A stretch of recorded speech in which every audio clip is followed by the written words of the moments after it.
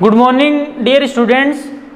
हमने जो पिछले वीडियो में जो रिस्क जो पोएम पढ़ी थी उसका ट्रांसलेशन कर लिया था। अब आपके एग्जाम में क्वेश्चन किस प्रकार से आता है, एग्जाम में आपके दो तो व्याख्या पूछी जाती है। ये जो आपके सिलेबस में जो 4 पोएम है उनमें से 2 स्टेंजा दिए जाते हैं, 2 अलग अलग पोएम से, और बीच में और दिया रहता है। तो आपको 2 में से एक स्टेंजा कि रेफरेंस, कॉन्टेक्स्ट विद एक्सप्लेनेशन, यानी ये तीनों चारों चीज़ें करनी पड़ती हैं। और इन 3 पॉइंट के अलावा आपको चौथा पॉइंट ये भी लिखना होता है क्रिटिकल कमेंट्स, यानी जो भी अपन कोई चीज़ लिखते हैं या पढ़ते हैं या फिर किसी मान लो बुक में लिखी हुई है तो हम उस पर कमेंट करते हैं। कमेंट मतलब टीका टिप्पणी करना, यानी इसकी लैंग्वेज कैसी है, इसमें ग्रामेटिकल यूज किसका हुआ है, फिगर ऑफ स्पीच है या कोई ग्रामर का पॉइंट यूज किया हुआ है।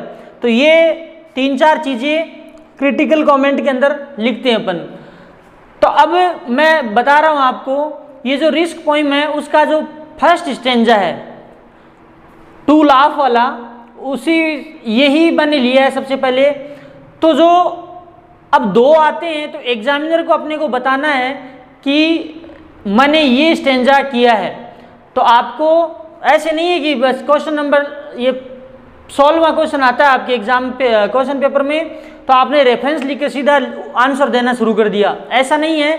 उससे पहले आपको ये लिखना है कि जो मान लो आप ऊपर वाला ना करके जो नीचे वाला स्टेंजा वो कर रहे हो, तो उसकी जो फर्स्ट लाइन के जो 2 वर्ड है, जो फर्स्ट लाइन के जो 2 वर्ड है वो लिखो। उसके बाद में डैश डैश करके ऐसे ब्लैंक से बना करके अंतिम जो लाइन है, last line of this stanza, उसके जो 2 शब्द है वो आपको लिखना है। अंतिम लाइन की जो अंतिम 2 वर्ड है वो लिखना है। अब इससे क्या है, एग्जामिनर को पता लग जाएगा, उसको इजी रहेगा कॉपी चेक करने में कि हाँ बच्चे ने ये किया है।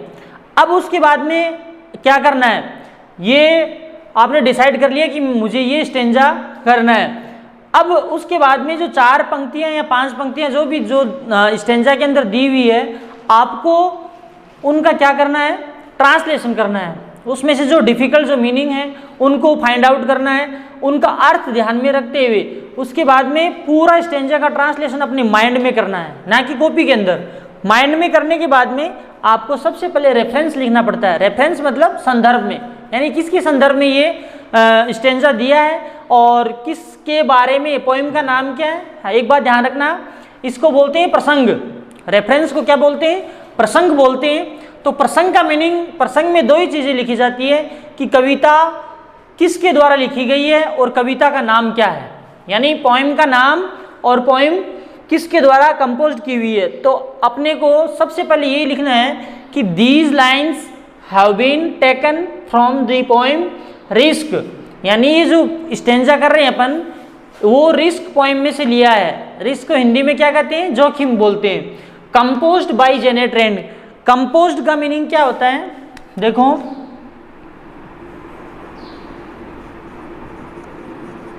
कंपोज यानी होता है रचना करना,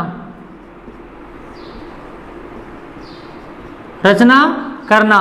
जब इसमें ये सेकंड फॉर्म हो जाता है, जब इसकी सेकंड फॉर्म बनाएंगे तो डी लगा देंगे, यानी कंपोज्ड हो जाएगा। तो ये हो जाएगा, इसको हिंदी में फिर क्या बोलेंगे, रचित। यानी ये जेनेट रैंड जो फेमस पोएम है, पोइट है, उनके द्वारा ये जो रिस्क पोएम है ये लिखी गई है, ठीक है। और ये एक बहुत ही मोटिवेशनल पोएम है, प्रेरणादायी कविता है। अब रेफरेंस का काम हो गया। अब देखो एक चीज़ और बता देता हूँ मैं आपको, यहाँ मैंने तो रेफरेंस के जस्ट सामने लिख दिया है, लेकिन आपको जैसे मान लो पोएम आपके नोटबुक की ये लाइनें हैं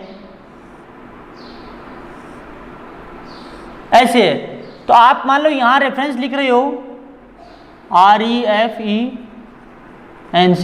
आपको जस्ट इसी लाइन में नहीं लिखना है, इसके नीचे वाली लाइन में यहाँ से लिखना है these lines have been taken, ठीक है।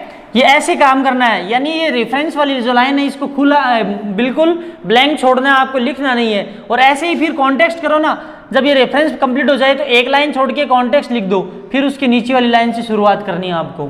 ये इस प्रकार, मतलब ये क्या है, इसका मेथड होता है पोइम को लिखने का। अब उसके बाद में बात करते हैं अपन कॉन्टेक्स्ट की। कॉन्टेक्स्ट का मीनिंग क्या होता है?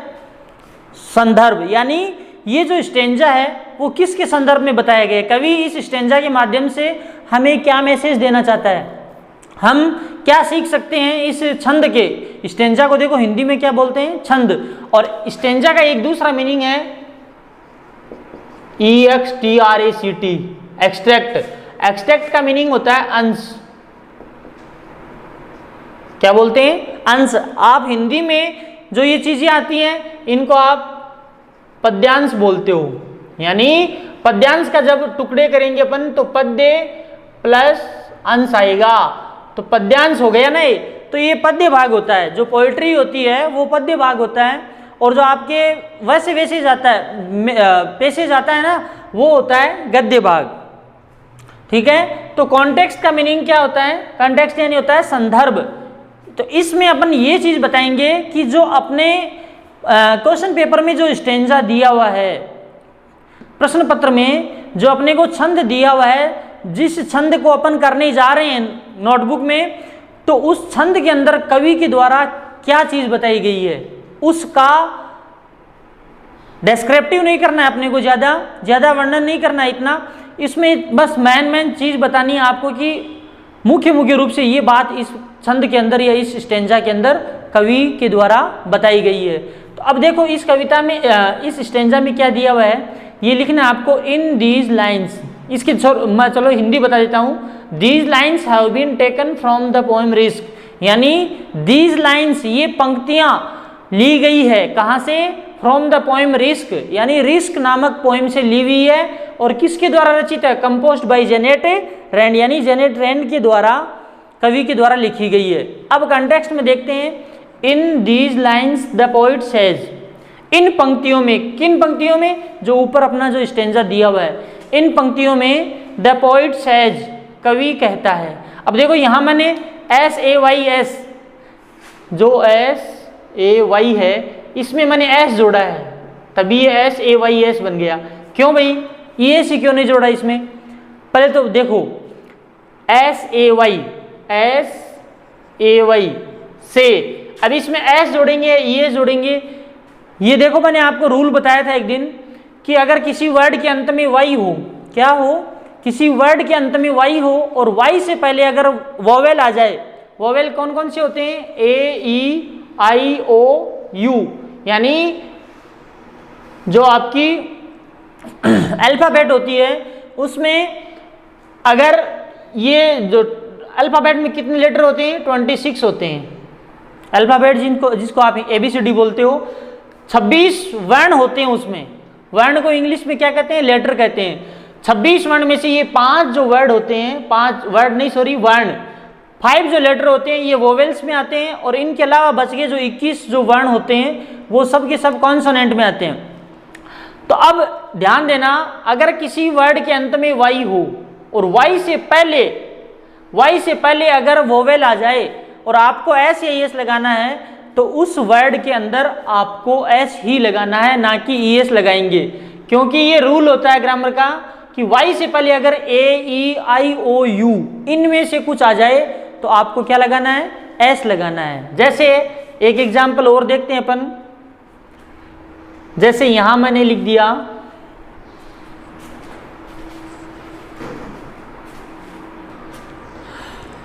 जैसे मैंने यहां लिखा है प्ले, ठीक है, एक है की, ठीक है, एक लिख दिया मैंने हॉबी, HOBBY, हॉबी। अब इनमें अपने को ऐसे एस लगाना है इन तीनों ही वर्ड्स के अंदर। तो अब ध्यान देना, तीनों ही वर्ड्स के अंत में वाई है ना, और वाई से पहले यहां देखो ई आ रहा है, यहां ए आ रहा है, यहां बी आ रहा है। तो अब ध्यान देना, जिनमें वोवेल आ रहा है वाई से पहले वहां तो अपन एस लगा देंगे, जैसे PLAYS, KEYS, कीज हो गया, प्लेज हो गया। अब देखो वाई से पहले यहाँ बी आ रहा है, तो बी वोवेल ना होकर के क्या है? कॉन्सोनेंट है, यानी व्यंजन बोलते हैं जिसको हिंदी में, और वोवेल को हिंदी में क्या बोलते हैं? स्वर बोलते हैं। तो अब यहाँ देखो वाई से पहले बी आ गया, कॉन्सोनेंट आ गया, तो इसमें क्या लगाएंगे HOBB, वाई को आई में चेंज कर देंगे और आगे ES लगा देंगे। ये ध्यान देना है आपको, ठीक है ना। तो एस या ES लगाने का यही नियम होता है। और एक नियम और है एस या ES का, कि जिस किसी वर्ड के अंत में SS, SH, CH, XO ये शब्द आए, वहां आपको क्या लगाना है, ES लगाना है। क्या लगाना है, ES लगाना है। जैसे देखो क्लास, वास, टीच, ऑक्स, जैसे टोमेटो है या बफेलो है। तो अब इनमें क्या लगाएंगे, जैसे क्लास में ES लगाएंगे तो क्लासेज हो जाएगा, ये वॉसेज हो जाएगा, ठीक है, ये टीचेज हो जाएगा और ये ऑक्सेज हो जाएगा और ये टोमेटोज हो जाएगा, ठीक है। तो एस या ES का यही रूल है। तो इसलिए अब यहाँ एस या ES लगा दिया, लेकिन अब यहाँ बात यह है, प्रश्न मुद्दा यह है कि यहाँ एस या ES लगाया क्यों। अपन ने केवल SAY ये भी तो लिख सकते थे, यहाँ ये क्यों नहीं लिखा।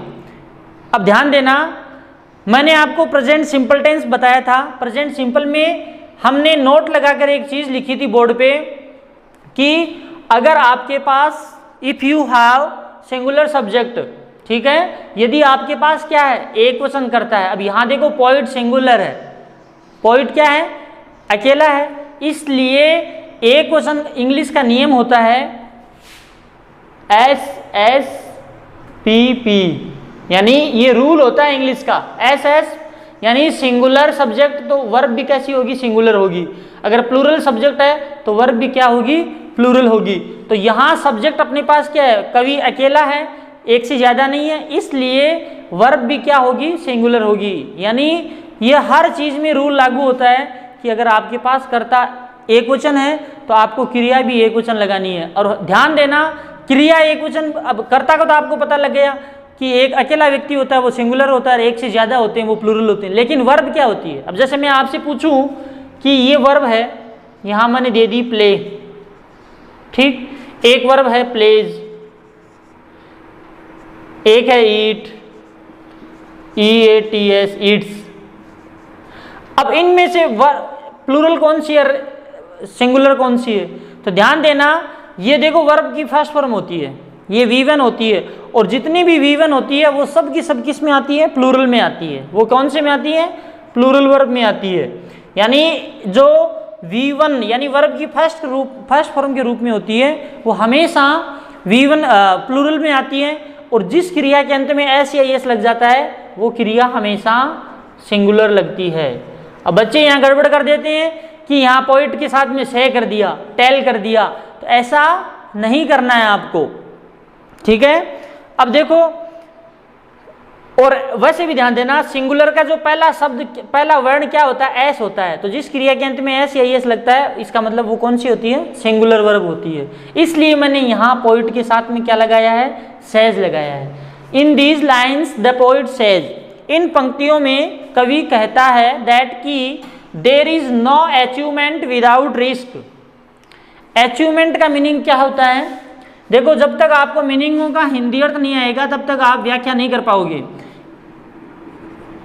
लिख लो इसका, उपलब्धि। अचीवमेंट यानी क्या होता है, उपलब्धि। There is no achievement without risk, without का मीनिंग होता है के बिना, के बिना।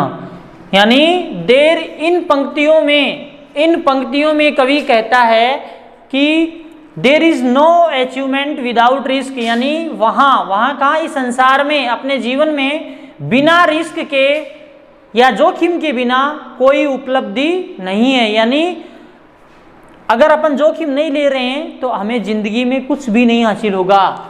Everything we do involves some kind of risk, यानी प्रत्येक चीज, एवरीथिंग का मीनिंग क्या होता है, प्रत्येक चीज, वी डू हम करते हैं, यानी जो भी कार्य करते हैं, involves some kind of risk, involves का मीनिंग होता है इंक्लूड, हिंदी में बोल देते हैं अपन शामिल।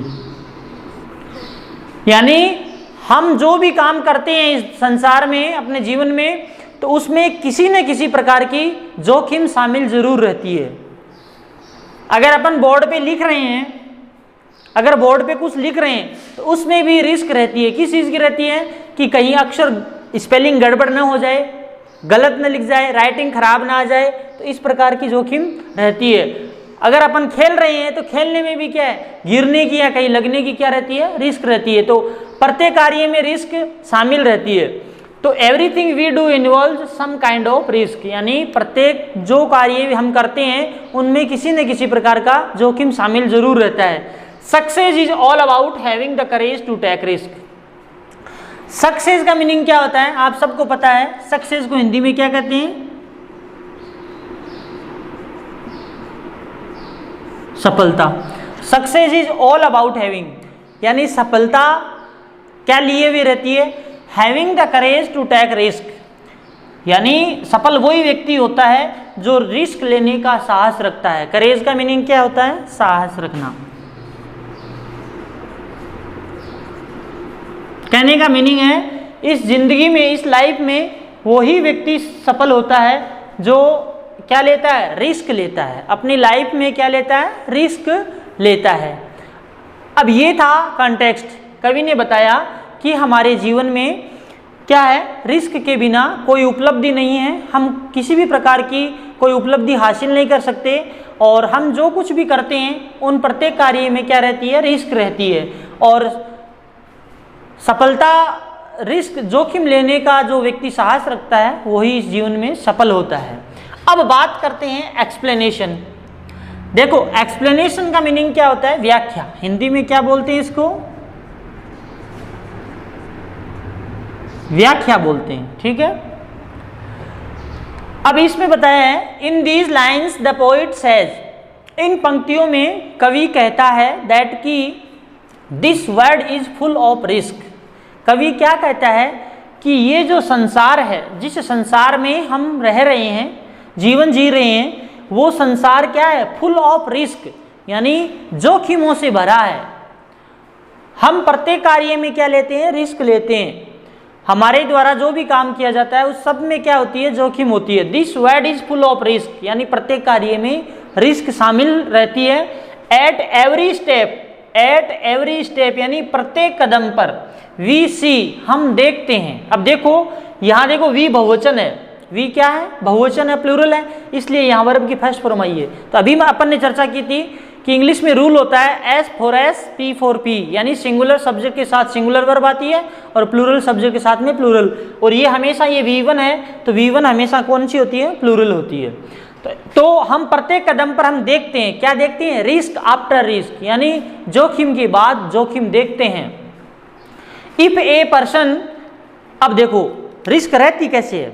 If a person laugh, laugh का मीनिंग क्या होता है, हंसना। यदि कोई व्यक्ति हंसता है, ही फियर्स, तो उसे डर लगता है। क्या डर लगता है कि people will call him a fool, कि लोग उसे क्या पुकारेंगे, मूर्ख कहेंगे। लोग उसे क्या कहेंगे, मूर्ख कहेंगे। क्योंकि जो बात बात पर बिना बात के हंसने लग जाता है तो लोग कहते हैं ये पागल है, बेवकूफ है, बेवजह हंस रहा है। तो देखो यहाँ फूल का मीनिंग क्या होता है, मूर्ख होता है, नोट कर लेना। ऑन द अदर हैंड, दूसरी तरफ क्या है, ए पर्सन हु वीप्स, एक व्यक्ति अगर रोता है, वीप यानी क्या होता है, रोना। यदि कोई व्यक्ति रो रहा है तो वह क्या रिस्क ले रहा है, covers the risk of being called sentimental. Sentimental का मीनिंग क्या होता है, देखो ये मीनिंग यहां लिख रहा हूं मैं। सेंटिमेंटल यानी होता है भावुक। वैसे तो ये पोइम पढ़ाई थी मैंने, मीनिंग सभी बताए थे आपको, सबके सब बताए हुए हैं। यानी कोई व्यक्ति अगर रो रहा है तो वह क्या पुकारे जाने की रिस्क ले रहा है, सेंटिमेंटल यानी भावुक, भावुक होने की जोखिम ले रहा है। If a person goes out to help someone, यदि कोई व्यक्ति अपने स्थान से दूसरे स्थान पर जाता है किसी की हेल्प करने के लिए, यहाँ है ना टू हेल्प समवन, किसी दूसरे व्यक्ति की सहायता करने के लिए जाता है, तो he takes the risk of having his own interest in doing so. तो लोग क्या सोचते हैं, लोग यही सोचते हैं कि इसका खुद का कोई ना कोई इसमें इंटरेस्ट है, इंटरेस्ट मतलब खुद का कोई ना कोई जोखिम है या रुचि है इसकी डूइंग सो, तभी यह ऐसा इसलिए कर रहा है। If we express our feelings, यदि हम अपनी भावनाएं व्यक्त करते हैं, यदि हम अपनी भावनाएं व्यक्त करते हैं, there will be risk of exposing our true personality. तो इस चीज में भी क्या जोखिम रहेगी, इस चीज में जोखिम ये रहेगी, लोग हमें क्या कहेंगे, be risk of exposing our true personality, यानी हम हमारे दिल की बात सबके सामने अगर रखते हैं तो लोग हमें कहेंगे कि क्या है, बिल्कुल साफ दिल वाला इंसान है कि हर कुछ अपने मन की हर कोई बात दूसरे व्यक्तियों के सामने रख देता है। तो ये अब देखो ये 4-5 लाइन है, ये आपके नोटबुक में कम से कम 8 लाइन का व्याख्या आराम से हो जाएगी। अब उसके बाद में चौथे नंबर पे देखो आपको एग्जाम में जब ये चारों चीज लिखोगे, रेफरेंस, पहले ये, फिर रेफरेंस, फिर कॉन्टेक्स्ट, फिर एक्सप्लेनेशन और फिर ये जो क्रिटिकल कमेंट है ये लिखोगे, तब जाकर आपको 4 में से 3.5 नंबर मिलेंगे आपको, ठीक है। और 4 में से 4 तब मिलते हैं जब राइटिंग अच्छी होगी और आपका लिखने की जो स्टाइल है वो अच्छी होगी और कोई मीनिंग की गलती नहीं आएगी। अब क्रिटिकल कमेंट में अपन क्या क्या लिखते हैं वो देखते हैं। This is a very beautiful poem about risk. ये सेंटेंस आप कोई भी पोइम का कोई भी स्टेंजा कर रहे हो तो उसमें आप लिख सकते हो कि this is a very beautiful poem about risk, कि यह बहुत ही सुंदर कविता है किसके बारे में, जोखिम के बारे में। This poem is a good example of figure of speech. Figure of speech किसको बोलते हैं, अलंकार को बोलते हैं। हिंदी में जो अनुप्रास, यमक, श्लेष, उत्प्रेक्षा ये अलंकार होते हैं, उसको इंग्लिश में क्या बोलते हैं, फिगर ऑफ स्पीच। यानी ये जो कविता है ये एक बहुत अच्छा उदाहरण है, अलंकार का अच्छा उदाहरण है, यानी अलंकार का यूज किया गया है इसमें। The poem gives A sound and deep message. ये जो कविता है ये हमें बहुत अच्छा संदेश देती है, बहुत अच्छा संदेश देती है। तो इस प्रकार अपने को व्याख्या, रेफरेंस, कॉन्टेक्स्ट, एक्सप्लेनेशन और क्रिटिकल कमेंट करना है। तो अब देखो इसमें जो हार्ड जो मीनिंग थे वो मैंने लिख दिए, तो आपको इसी प्रकार अब ये एक बार लिखने से याद नहीं होगा। जब आप इसको 1 या 2 बार लिखोगे बिना देखे, पहली बार लिखोगे तो कुछ गलतियाँ आएगी, उसमें उन फिर मीनिंग्स को आप लर्न करके जो सेंटेंस छूट जाता है या कोई मीनिंग आप गलत लिख देते हो तो उसको बार बार अभ्यास करके आप दूसरी बार लिखने बैठोगे ना तो आपका ये स्टेंजा बिल्कुल राइट जाएगा। ओके, अब देखो इसी पोइम का एक अलग दूसरा स्टेंजा मैंने लिया है जो होप वाला है कि हम अगर लाइफ में आशा रखते हैं किसी से, चाहे अपने परिवार का कोई मेंबर हो, चाहे कोई अपना फ्रेंड वगैरह हो, तो उस चीज़ में भी रिस्क रहती है कि हो सकता है सामने वाला व्यक्ति अपनी आशा के अनुरूप काम नहीं कर पाए और अपनी आशा पर खरा नहीं उतर पाए और हमें क्या है, निराशा हाथ लगती है। तो कवि जो जने ट्रेंड है वो यही समझाना चाह रहे हैं कि हर व्यक्ति, हमें पता है कि अपने हर काम में रिस्क निहित है, यानी रिस्क जोखिम जरूर है, परंतु हमें जोखिम लेने से डरना नहीं चाहिए। क्यों? क्योंकि अगर जोखिम लेने से डरेंगे तो हम घर से बाहर ही नहीं निकल पाएंगे और कोई काम करने से पहले ही हमारे मन में उस काम को लेकर के नेगेटिविटी आ जाएगी हमारे मन के अंदर। जब हमारे माइंड में नेगेटिव थॉट्स आ जाएंगे तो हम किसी काम को करने से डरेंगे और वो डर पूरी जिंदगी ताउम्र हमारी मतलब दिलो दिमाग से नहीं निकल पाएगा और हम कुछ काम नहीं कर पाएंगे। तो हम क्या एक बेकार का जीवन जिएंगे, हम कुछ सीख भी नहीं पाएंगे, हम नए नए लोगों से मिल भी नहीं पाएंगे, हम कुछ कर भी नहीं पाएंगे और हमें कुछ हासिल भी नहीं होगा ज़िंदगी में। तो इस कविता में एक चीज़ ये बताइए, एक तरफ तो कवि ये कह रहे हैं कि प्रत्येक काम में जोखिम रहता है, हंसने में भी मूर्ख लगने की जोखिम है, रोने में लोग ये कहेंगे कि ये तो भावुक व्यक्ति है, बात बात पर रोने लग जाता है, और अगर अपन किसी की सहायता के लिए जाते हैं तो लोग ऐसा कहते हैं कि इसका कोई ना कोई खुद का स्वार्थ निहित है, इसीलिए उसके पास गया है। अगर हम अपने विचार और ड्रीम्स लोगों के सामने रखते हैं, एक्सप्रेस करते हैं, तो लोग ऐसा सोचते हैं कि ये तो साफ दिल वाला व्यक्ति है। अगर हम अपने आइडियाज़ को लोगों के सामने ऐसे ही रख देते हैं तो लोग हमें अनुभवहीन व्यक्ति कहते हैं। इसमें एक मीनिंग आया है इस पोइम में, NAIVE, नेव का मीनिंग होता है अनएक्सपीरियंस्ड। अनएक्सपीरियंस्ड का मीनिंग क्या होता है? अनुभवहीन, यानी हमें लोग अनुभवहीन व्यक्ति कहते हैं। और दूसरी तरफ कवि क्या कह रहे हैं कि अगर हम किसी से आशा रखते हैं तो हमें निराश होने का डर रहता है या जोखिम रहता है, लेकिन कवि साफ शब्दों में कहता है कि हमारे लिए ये रिस्क लेना मस्ट है, क्योंकि जिंदगी में रिस्क न लेना सबसे बड़ा खतरा होता है। जिंदगी में रिस्क न लेना सबसे बड़ा खतरा होता है। इसलिए हमें अपनी लाइफ में क्या लेना चाहिए? जोखिम लेना चाहिए। जोखिम लेने से डरना नहीं चाहिए कभी। और जो जोखिम लेता है वो एक बार असफल होता है, 2 बार होता है, लेकिन थर्ड टाइम में उसको नेक्स्ट चांस उसको क्या है? सफलता, सक्सेस जरूर मिलती है। और जोखिम नहीं लेने वाला व्यक्ति अपनी लाइफ में कुछ भी नहीं कर पाता है। हमेशा ये चीज़ ध्यान रखना।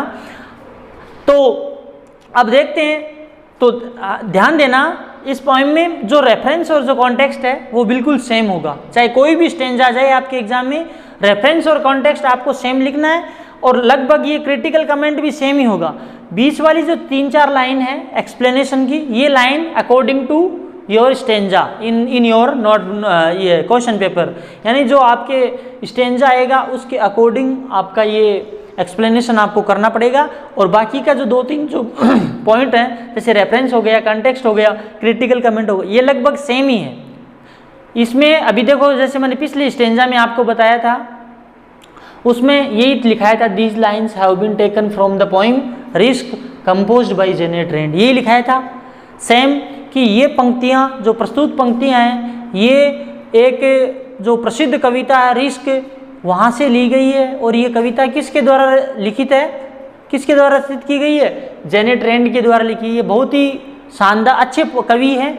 और तो रेफरेंस में मैंने आपको बताया है, आपको 2 ही चीज़ लिखनी है, कविता कहाँ से, किसके द्वारा लिखी गई है, कविता का कवि कौन है और कविता का नाम क्या है, ये 2 चीज़ आपको लिखनी है।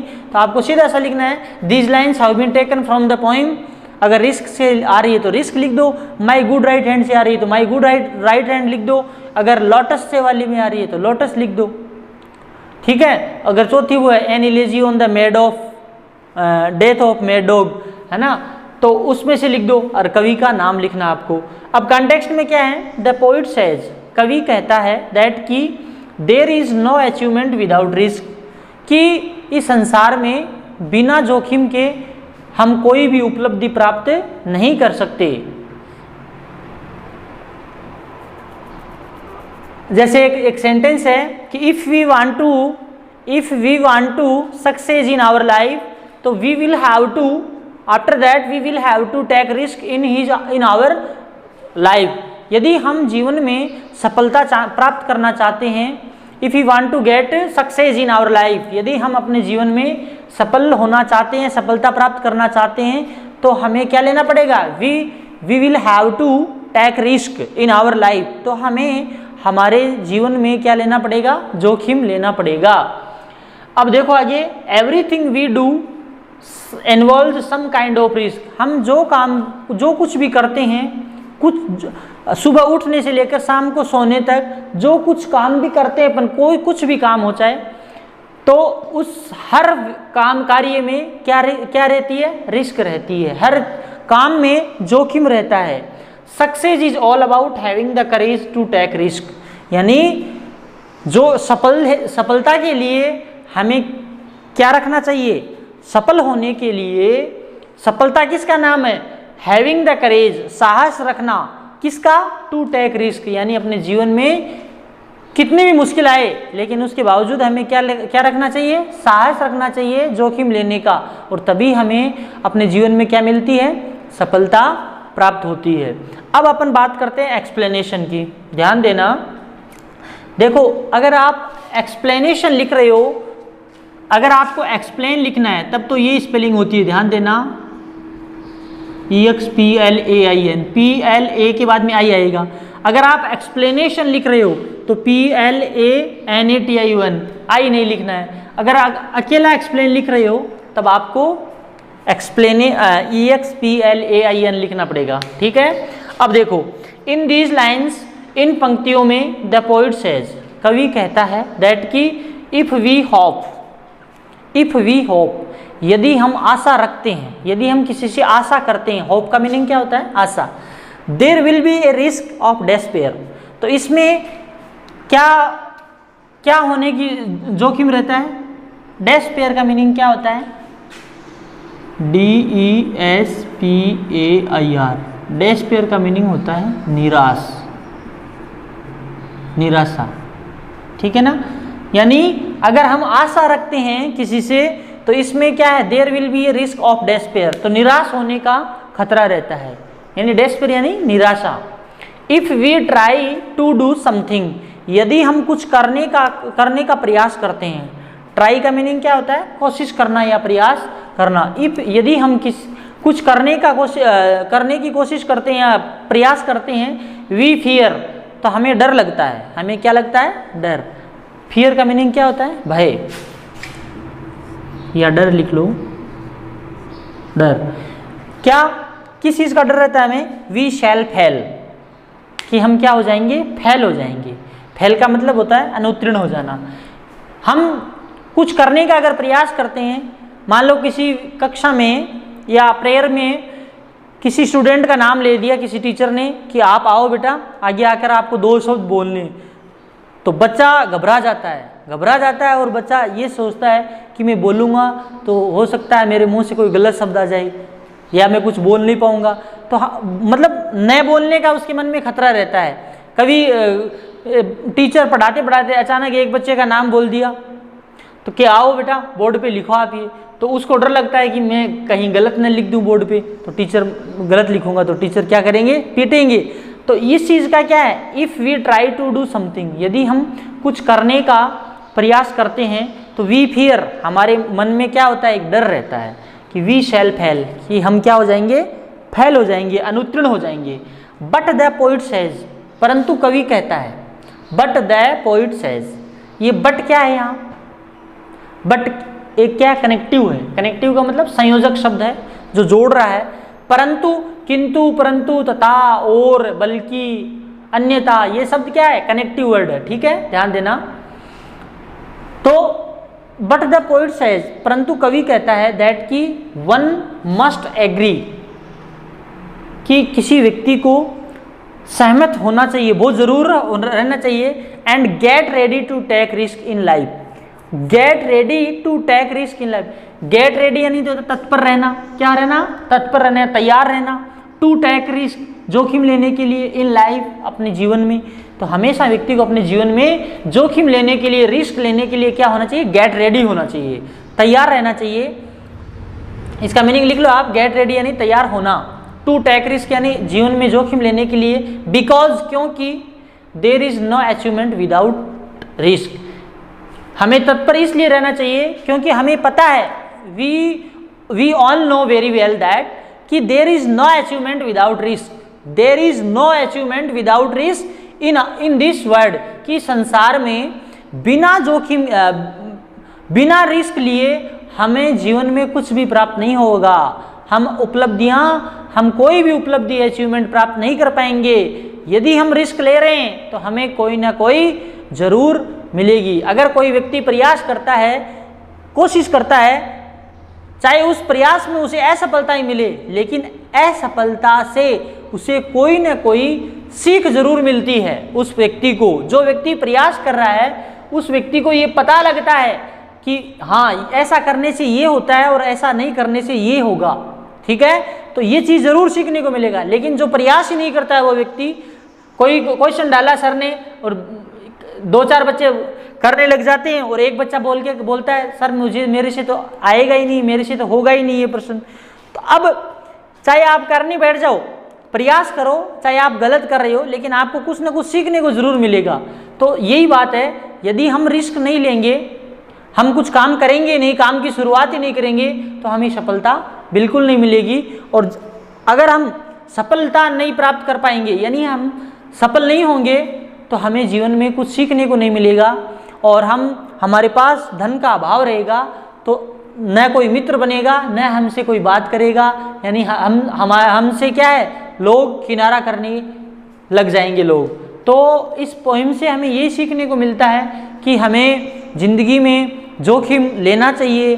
चाहे पहले रिस्क लिया आपने तो उसमें असफल हो गए, लेकिन अगली बार जब आप जोखिम उठाओगे तो आपको सफलता ज़रूर मिलेगी।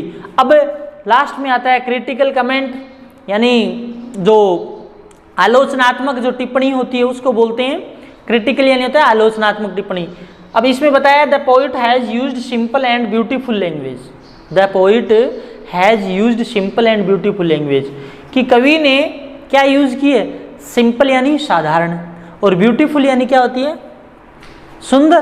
ब्यूटीफुल यानी क्या होता है, सुंदर, और लैंग्वेज का मीनिंग होता है भाषा, यानी कवि ने सुंदर और सिंपल लैंग्वेज का प्रयोग किया है इस पोइम में। The poet has used good style in the poem. Good style यानी एक अच्छी लय का प्रयोग किया है इस कविता में कवि ने, यानी कवि जो जेने ट्रेंड है उन्होंने इस कविता में बहुत ही गुड स्टाइल के अंदर शब्दों का तालमेल बिठाया है इस पोइम में, और स्टेंजा बना करके एक अच्छे तालमेल से और हमें समझाने का प्रयास किया है। तो ये जो रिस्क जो पोइम है इसमें से इस प्रकार स्टेंजा आपको ऐसे ही करना है, जैसे मान लो 2 स्टेंजा आ गया, ध्यान देना, जैसे एग्जाम में जैसे एक पहला आ गया, जैसे 17वां प्रश्न है 1 2 3 4, ये 4 और बीच में और शब्द मिलेगा आपको, फिर दूसरा आएगा 1 2 3 4, ये 4 लाइन की स्टेंजा आती हैं। अब आपको ये करना है, ये करना है, ध्यान देना, पहले ये दोनों को पढ़ना है।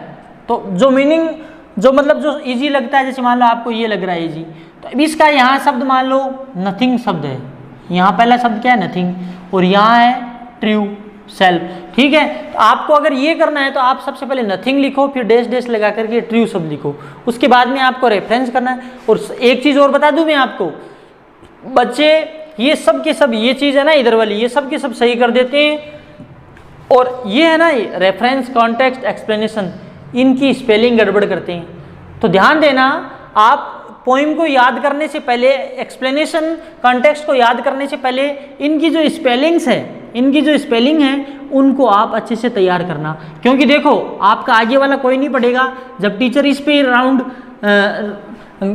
लगा देगा तो इससे क्या होता है, जो एग्जामिनर होता है कॉपी चेक करने वाला, उस पर साइड इफेक्ट पड़ता है, बहुत बुरा प्रभाव पड़ता है, और उसको उसके दिमाग में यही विचार आ जाएगा कि इस स्टूडेंट को अगर रेफरेंस की स्पेलिंग ही नहीं आ रही है तो ये आगे तो क्या किया है पता नहीं इसने, तो आगे वो पढ़ेगा ही नहीं। अगर ये स्पेलिंग आपकी गड़बड़ हो गई तो आगे आपकी जो पंक्तियां जो लिखी है उनको कोई देखने का प्रयास भी नहीं करेगा। तो हमने आज अपन ने किसकी चर्चा की, रिस्क की चर्चा की है, यानी जोखिम के बारे में चर्चा की है। अब अपन नेक्स्ट जो क्लास होगी, अपनी कल की क्लास होगी, उसमें मैं जो गुड राइट हैंड वाला है, जो दाहिना हाथ मेरा अच्छा दायां हाथ है, किसके द्वारा लिखी गई है, चार्ल्स मैके, ठीक है ना, इनके द्वारा लिखी गई, बहुत ही, वो भी एक क्या है, बहुत ही मोटिवेशनल पोइम है, उनके द्वारा, चार्ल्स मैके के द्वारा लिखी गई है। उसका अपन रेफरेंस, कॉन्टेक्स्ट और एक्सप्लेनेशन और क्रिटिकल कमेंट लिखने का प्रयास करेंगे। तो मैं आपसे इस क्लास के अंत में यही कह रहा हूँ कि आज जो दो स्टेंजा किए मैंने आपको बताए बोर्ड पे, आप इनको आज की डेट में ही तैयार कर लेना। और तैयार करने का तरीका मैंने आपको बताया है, ये जो चीज़ है रेफरेंस और ये कॉन्टेक्स्ट, ये दोनों का सेम है, बिल्कुल सेम है, पहले वाले का भी वही था, इसका भी यही है। अब बात रही है ये बीच का जो 3 लाइन जो ये है, ये 3-4 लाइन जो एक्सप्लेनेशन की होती है, ये चीज़ आपको चेंज करनी है। क्योंकि ये चेंज बेटा इसलिए करनी है क्योंकि ये जो स्टेंजा है ना, ये चेंज होता है, पहले वाले में दूसरा स्टेंजा था तो इसलिए यहाँ वहाँ कुछ अलग लिखा था, और इसमें कुछ ये होप वाला है तो इसलिए यहाँ मैंने अलग किया है। तो आपको ये चीज़ ध्यान में रखनी है, रेफरेंस कॉन्टेक्स्ट आपको सेम करना है, और क्रिटिकल कमेंट भी लगभग सेम ही रहेगा, कोई विशेष नहीं है इतना, लेकिन एक्सप्लेनेशन के अंदर है ना, वो आपको कुछ अदल बदल के लिखना है, क्योंकि वो उसके अकॉर्डिंग आएगा। तो अब अपन मिलते हैं नेक्स्ट वीडियो में, ओके।